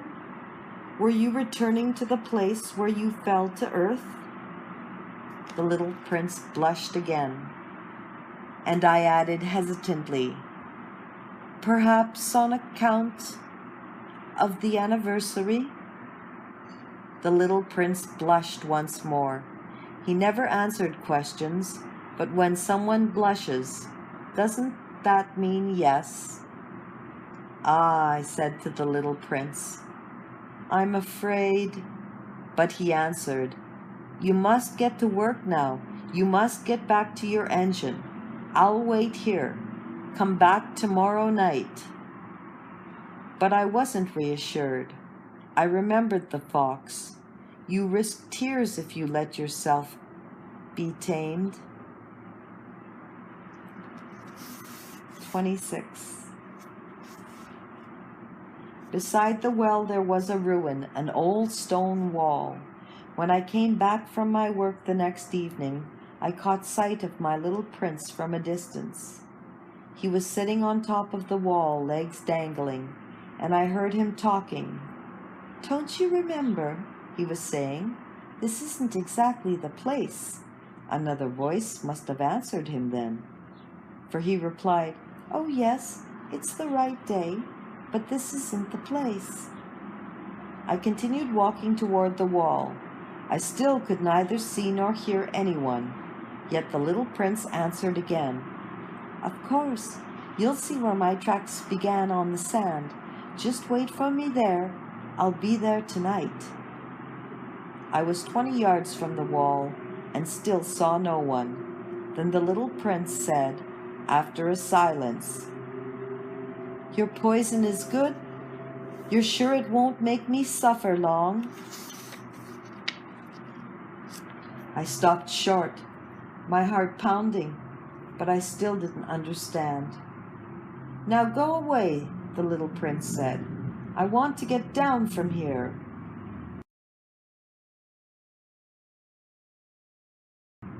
Then I looked down toward the foot of the wall and gave a great start. There, coiled in front of the little prince, was one of those yellow snakes that can kill you in 30 seconds. As I dug into my pocket for my revolver, I stepped back. But at the noise I made, the snake flowed over the sand like a trickling fountain, and without even hurrying, slipped away between the stones with a faint metallic sound. I reached the wall just in time to catch my little prince in my arms, his face white as snow. "What's going on here? You're talking to snakes now?" I had loosened the yellow scarf he always wore. I had moistened his temples and made him drink some water, and now I didn't dare ask him anything more. He gazed at me with a serious expression and put his arms around my neck. I felt his heart beating like a dying bird's when it had been shot. He said to me, "I'm glad you found what was the matter with your engine. Now you'll be able to fly again." How did you know?" I was just coming to tell him that I had been successful beyond all hope. He didn't answer my question. All he said was, "I'm leaving today too." And then sadly, "It's much farther. It's much more difficult." I realized that something extraordinary was happening.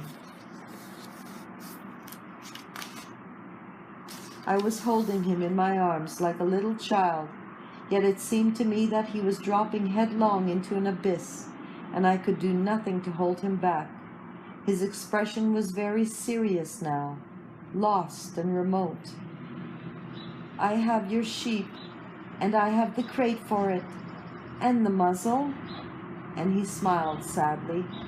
I waited a long time. I could feel that he was reviving a little. "Little fellow, you were frightened." Of course he was frightened, but he laughed a little. "I'll be much more frightened tonight." Once again I felt chilled by the sense of something irreparable, and I realized I couldn't bear the thought of never hearing that laugh again. For me it was like a spring of fresh water in the desert. "Little fellow, I want to hear you laugh again." But he said to me, "Tonight it'll be a year. My star will be just above the place where I fell last year." "Little fellow, it's a bad dream, isn't it? All this conversation with the snake and the meeting place and the star." But he didn't answer my question.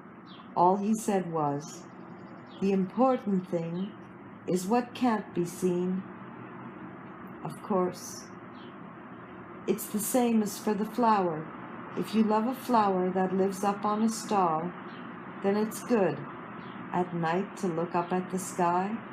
All the stars are blossoming. Of course. It's the same for the water. The water you gave me to drink was like music on account of the pulley and the rope. You remember? It was good. Of course. At night you'll look up at the stars. It's too small where I live for me to show you where my star is. It's better that way. My star will be one of the stars for you, so you'll like looking at all of them. They'll all be your friends. And besides, I have a present for you. And he laughed. He laughed again. Ah, little fellow, I love hearing that laugh. That'll be my present, just that. It'll be the same as for the water. What do you mean? People have stars, but they aren't the same. For travelers, the stars are guides. For other people, they are nothing but tiny lights. And still for others, for scholars, they're problems. For my businessman, they were gold. But all those stars are silent stars. You, though, you'll have stars like nobody else. What do you mean? When you look up at the sky at night, since I'll be living on one of them, since I'll be laughing on one of them, for you, it'll be as if all the stars are laughing. You'll have stars that can laugh. And he laughed again. And when you're consoled, everyone eventually is consoled. You'll be glad you've known me. You'll always be my friend. You'll feel like laughing with me, and you'll open your window sometimes just for the fun of it. And your friends will be amazed to see you laughing while you look up at the sky. Then you'll tell them, yes, it's the stars. They always make me laugh, and they'll think you're crazy. It'll be a nasty trick I played on you. And he laughed again. And it'll be as if I've given you, instead of stars, a lot of tiny bells that know how to laugh. And he laughed again. Then he grew serious once more.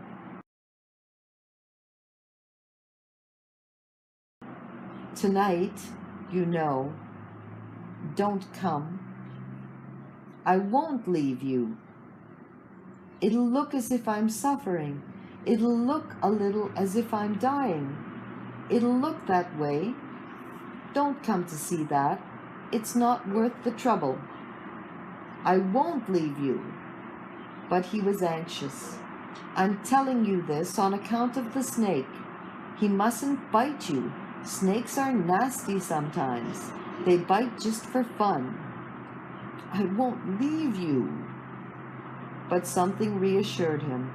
It's true they don't have enough poison for a second bite. That night I didn't see him leave. He got away without making a sound. When I managed to catch up with him, he was walking fast, with determination. All he said was, "Ah, you're here." And he took my hand, but he was still anxious. "You were wrong to come. He'll suffer. I'll look as if I'm dead, and that won't be true." I said nothing. "You understand, it's too far. I can't take this body with me. It's too heavy." I said nothing. "But it'll be like an old abandoned shell. There's nothing sad about an old shell." I said nothing. He was a little disheartened now, but he made one more effort. "It'll be nice, you know. I'll be looking at the stars too. All the stars will be wells with a rusty pulley. All the stars will pour out water for me to drink." I said nothing. "And it'll be fun. You'll have 500 million little bells. I'll have 500 million springs of fresh water." And he too said nothing, because he was weeping. "Here's the place. Let me go on alone." And he sat down because he was frightened. Then he said, "You know my flower? I'm responsible for her. and she's so weak and so naive. She has 4 ridiculous thorns to defend her against the world. I sat down too, because I was unable to stand any longer. He said, "There, that's all." He hesitated a little longer, then he stood up. He took a step. I couldn't move. There was nothing but a yellow flash close to his ankle. He remained motionless for an instant. He didn't cry out. He fell gently, the way a tree falls. There wasn't even a sound, because of the sand. 27. And now, of course, it's been 6 years already.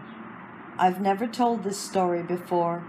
The friends who saw me again were very glad to see me alive. I was sad, but I told them it's fatigue. Now I'm somewhat consoled. That is, not entirely, but I know he did get back to his planet, because at daybreak I didn't find his body. It wasn't such a heavy body, and at night I love listening to the stars. It's like 500 million little bells. But something extraordinary has happened. When I drew that muzzle for the little prince, I forgot to put in the leather strap. He could never have fastened it on his sheep. And then I wonder, what happened there on his planet? Maybe the sheep has eaten the flour. Sometimes I tell myself, of course not. The little prince puts his flour under glass, and he keeps close watch over his sheep. Then I'm happy, and all the stars laugh sweetly. Sometimes I tell myself, anyone might be distracted, once in a while, and that's all it takes. One night, he forgot to put her under glass, or else the sheep got out without making any noise during the night. Then the bells are all changed into tears. It's all a great mystery for you who love the little prince too. As for me, nothing in the universe can be the same if somewhere, no one knows where, a sheep we never saw has or has not eaten a rose. Look up in the sky, ask yourself, has the sheep eaten the flour or not? And you'll see how everything changes, and no grown-up will ever understand how such a thing could be so important.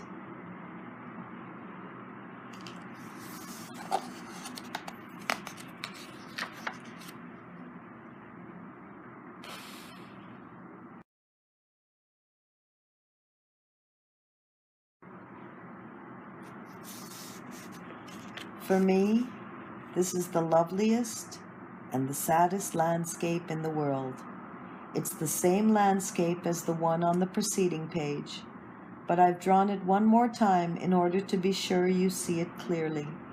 It's here that the little prince appeared on earth, then disappeared. Look at this landscape carefully, to be sure of recognizing it if you should travel to Africa someday in the desert. And if you happen to pass by here, I beg you not to hurry past. Wait a little, just under the star. Then if a child comes to you, if he laughs, if he has golden hair, if he doesn't answer your questions, you'll know who he is. If this should happen, be kind. Don't let me go on being so sad. Send word immediately that he's come back.